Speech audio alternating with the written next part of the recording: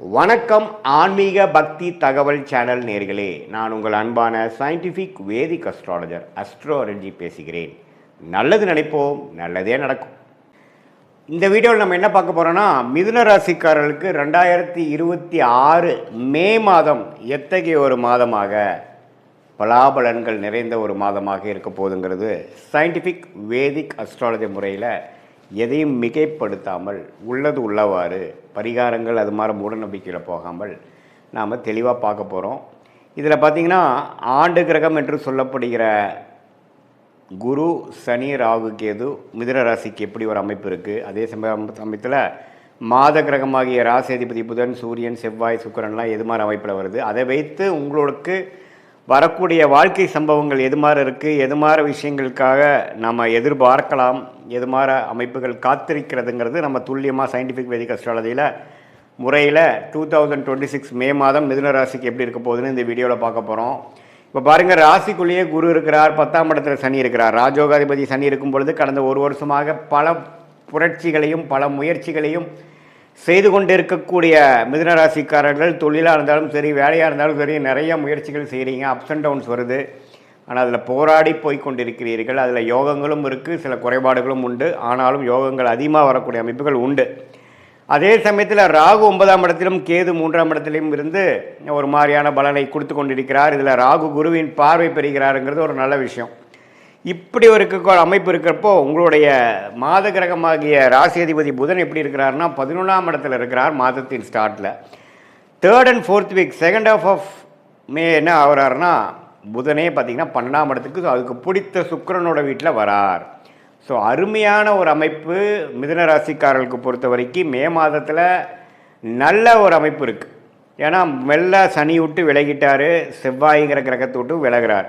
So சனி செவ்வாயோட விலகி புதன் வந்து மெல்ல சுக்கிரனோட வருது, சுக்கிரனோட வீட்டுக்கு போகிறது அப்படிங்கிற மாதிரி அமைப்பு வரும்பொழுது, இதுவரை கடந்த 3-4 வருஷம் 3 மாதமாக ஜனவரி மாதம் 2026 சில வாய்ப்புகளை நழுவ விட்ட மிதுன ராசிக்காரர்கள் இந்த டைமில் வந்து நல்லாவே கையில் 2 கையிலையும் பிடிச்சிக்கக்கூடிய அமைப்புகள், திருமண விஷயங்கள், இல்லற விஷயங்கள், பெண்கள் விஷயங்கள், கணவனாக இருந்தால் மனைவி, மனைவியாக இருந்தால் கணவன் இல்லை, அது மாதிரி விஷயத்தில் அந்யோன்யங்கள் பெறுகிற மாதிரியும், நல்ல சுகபோகங்கள் வளரக்கூடிய அமைப்பு, வசதிப்படுத்திக்கக்கூடிய அமைப்பு, வாழ்க்கையில் உங்களுக்கு வேணுங்கிற சில வீடு விஷயமாக இருந்தாலும் சரி, வண்டி வாகனமாக இருந்தாலும் சரி, வசதிப்படுத்திக்கக்கூடிய அமைப்புகளில் அதுக்கு வேணுங்கிற பண வரவுகள் எல்லாமே நன்றாக இருக்கக்கூடிய அமைப்பாக மே மாதம், குறிப்பாக சொல்லணுன்னா செகண்ட் ஹாஃப் ஆஃப் மே வந்து மிதுன ராசிக்காரர்களுக்கு இருக்குதுங்கிறது நாம் தெரிந்து கொள்ள வேண்டும்.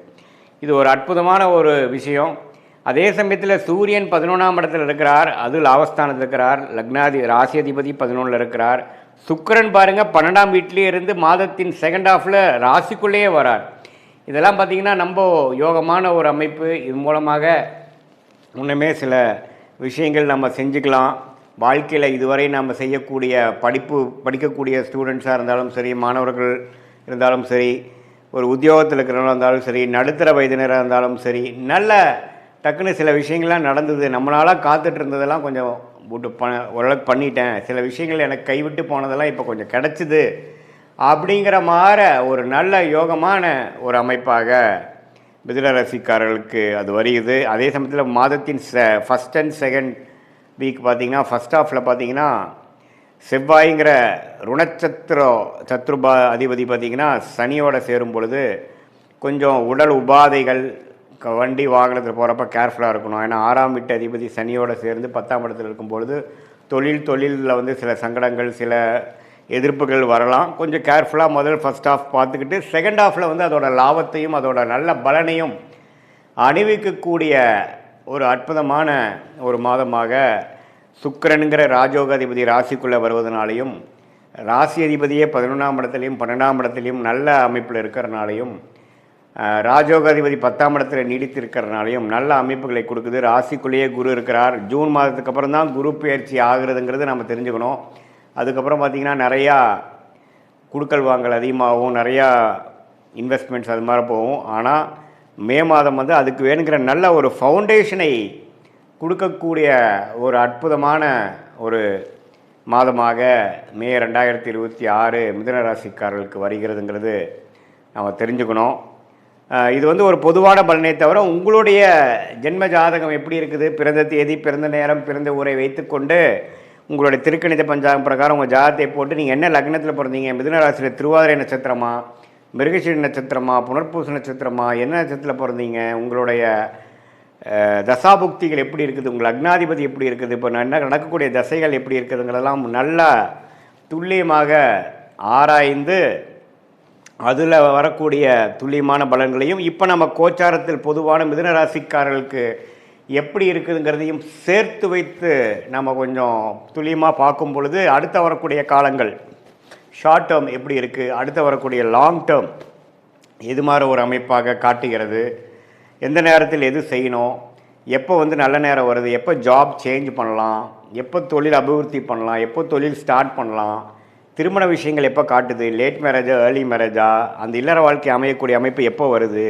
குழந்தை பேரு எதிர்பார்க்குறவங்களுக்கு எப்போ குழந்தை பேரு கிடைக்கிற அமைப்புகள் மனைவி ஜாதகம் மூலமாகவும் கணவர் ஜாதகம் மூலமாகவும் காட்டுகிறது, எது மாதிரி வேலைக்கு போகலாம், எப்போ நமக்கு படிப்புக்கேற்ற வேலை கிடைக்கும், ஹையர் ஸ்டடீஸ் படிக்கலாமா, வேலைக்கு போகலாமா, வெளிநாடா உள்நாடா, இது மாதிரி பல விஷயங்கள். அதாவது படிக்கிற பசங்களாக இருந்தாலும் சரி, இளைய வயதினராக இருந்தாலும் சரி, நடுத்தர வயதினராக இருந்தாலும் சரி, சீனியர் சிட்டிசனாக இருந்தாலும் சரி, அவங்களுக்கு வாழ்க்கையில் முடிவுகள் எடுப்பதற்கு ஏராளமான விஷயங்கள் இருக்கும் பொழுது இந்திய வேத ஜோதிடத்தான சயின்டிஃபிக் வேதிக் அஸ்ட்ராலஜி எந்த மிகைப்படுத்தல்களும் போகாமல் மூட நம்பிக்கைகளையும் போகாமல் ஒரு கிரகம் ஒரு மாதிரி இருந்தால் நீங்கள் என்ன கர்மாவை கரைத்து கொண்டு இருக்கிறீர்கள், என்ன மாதிரி பிராப்தங்கள் வாங்கி கொண்டிருக்கிறீர்கள், எந்த மாதிரி ஒரு தோஷங்கள் இருக்குது, பிராப்தங்கள் இருக்குது, எந்த விஷயத்தை நம்ம அவாய்ட் பண்ணலாம் நம்ம வாழ்க்கையில், எந்த விஷயத்தை நம்ம எடுத்து முக்கியத்துவம் கொடுக்கலாம் அப்படிங்கிறது நம்ம தெரிஞ்சுக்கிட்டோம்னா வாழ்க்கையில் எதிர்நீச்சல் போட்டு சமய விரயங்கள் பண விரயங்களை தவிர்த்து என்ன விஷயங்கள் நமக்கு காத்திருக்குதோ அது மாதிரி விஷயங்கள் செய்து கொண்டு அதுக்கு நம்ம பாஸ்ட் லைஃப் கரெக்டாக நம்மளுடைய சயின்டிஃபிக் வேதிக் அஸ்ட்ராலஜி முறையில் மேட்ச் ஆகுதா, நம்ம பாஸ்ட் லைஃப் நம்ம ப்ரிடிக்ட் பண்ணுறது கரெக்டாக இருக்கா அப்படிங்கிறத செக் பண்ணிவிட்டு இப்போது ப்ரெசன்ட் டைம் எப்படி இருக்குது, அடுத்த வரக்கூடிய இம்மீடியட் ஃப்யூச்சர் எப்படி இருக்குது, அதுக்கப்புறம் வரக்கூடிய லாங் டேர்ம் ஃப்யூச்சர் எப்படி இருக்குங்கிறதெல்லாம் துல்லியமாக பார்த்து அதற்கேற்ற முறையில் நாம் நல்ல அமைப்பாக நம்மளுடைய வாழ்க்கை சம்பவங்களை அமைத்து கொண்டு அதுக்கு தகுந்தமான முயற்சிகளை நம்ம செய்யும் பொழுது மிதுனராசிக்காரர்களுக்கு இப்போ இருக்கக்கூடிய அந்த பொதுவான ஒரு அமைப்பு எது மாதிரி விஷயங்கள் காட்டுதோ அதை இன்னுமே நம்ம ஃபைன் டியூன் பண்ணி எது மாதிரி விஷயத்தில் எது மாதிரி டைமில் நம்ம எடுக்கலாம், எந்த விஷயத்தை நம்ம அவாய்ட் பண்ணலாம், நம்மளுடைய யோகமான கிரகம் என்னவா வருது, எதை நோக்கி போகலாம், எதில் நமக்கு லாபங்கள் அதிகமாக இருக்குது, எதில் நமக்கு பிராப்தங்கள் இருக்குது, எந்த டைரெக்ஷனில் போனோம்னா நம்ம ஈஸியாக நம்ம எதிர்நீச்சல் போடாமல் எளிதில் நம்மளுடைய குறிக்கோள்களை நம்மளுடைய கோலை அச்சீவ் பண்ண முடியுங்கிறதை சயின்டிஃபிக் வேதிக் அஸ்ட்ராலஜி முறையில் தெரிந்து கொண்டேனால் கண்டிப்பாக வாழ்க்கையில் எதிர்நீச்சல் போடாமல் எளிதில் வெற்றி பெற முடியும் என்று சொல்ல விரும்புகிறேன். மீண்டும் மற்றொரு காணொளியில் சந்திப்போம். நன்றி, வணக்கம்.